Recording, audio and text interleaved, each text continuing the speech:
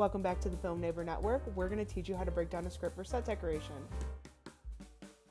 For a quick guide, set decoration is all the dressing in a space that is not being actively used by an actor. So if the scene is set in a bookstore, all of the shelves in the back and all of those books, set decoration would bring in, but the book that the actor has in their hand, that is provided by the property department. To start our breakdown, let's take a look at this script example from E.T. Interior, Elliot's room, night. Elliot walks over to his bunk bed and tosses whatever is on the bottom bunk onto the floor. Elliot pats the bed and beckons E.T. with sign language, but E.T. is already lying down on the floor. Elliot throws a blanket over him and sits in a nearby overstuffed chair. Elliot pulls his feet up and hugs his legs to his body. E.T. pulls the blanket around him and looks up to the boy. After you've read the script a couple times and have your head wrapped around it, you can start your breakdown by highlighting things that are specifically set dec. As you can see in yellow, we have a bunk bed and an overstuffed chair that we absolutely need for these scenes. But as we collect more things for this room, we're going to start to overlap on what property needs, which is junk for the bottom bunk and a blanket, which are naturally going to exist in the space that we're creating already. For the aforementioned scene, we're going to take the entire script and apply what we know so that we can build a space around the character.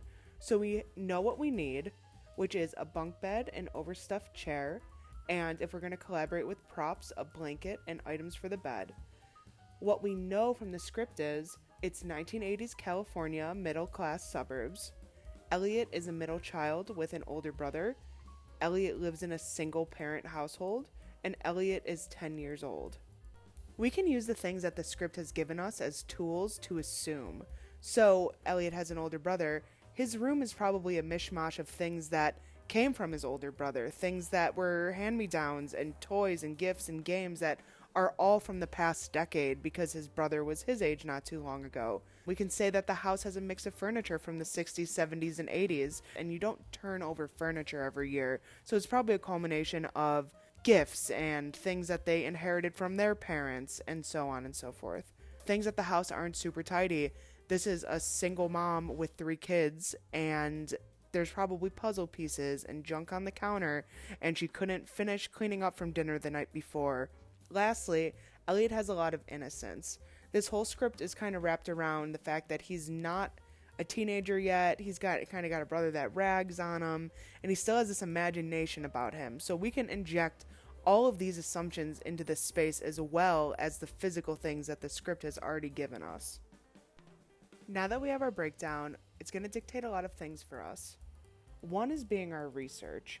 We know all of these things about Elliot and his family and where they are and what decade they're in, but we're really going to dig our heels in and find that information, like what toys were most popular then, what magazines would Elliot have on his dresser, what newspapers were available at that time in that region. There's a lot of these resources out there, and we're just going to try to find the primary sources.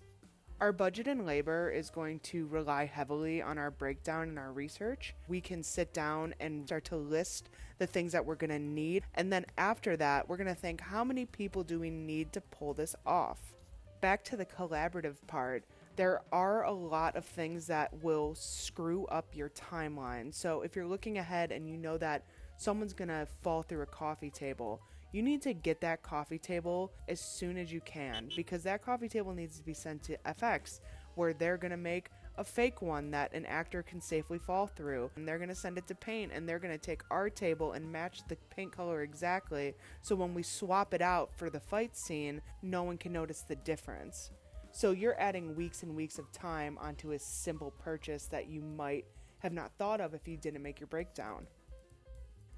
Breaking down a script takes a lot of time and care. Understanding the characters will allow you to create a space that enhances the mood and authenticity of your film. Thank you for watching, and you can find more helpful content from the Film Neighbor Network on our website, www.glowvideobuffalo.com/FNN. Thanks for watching.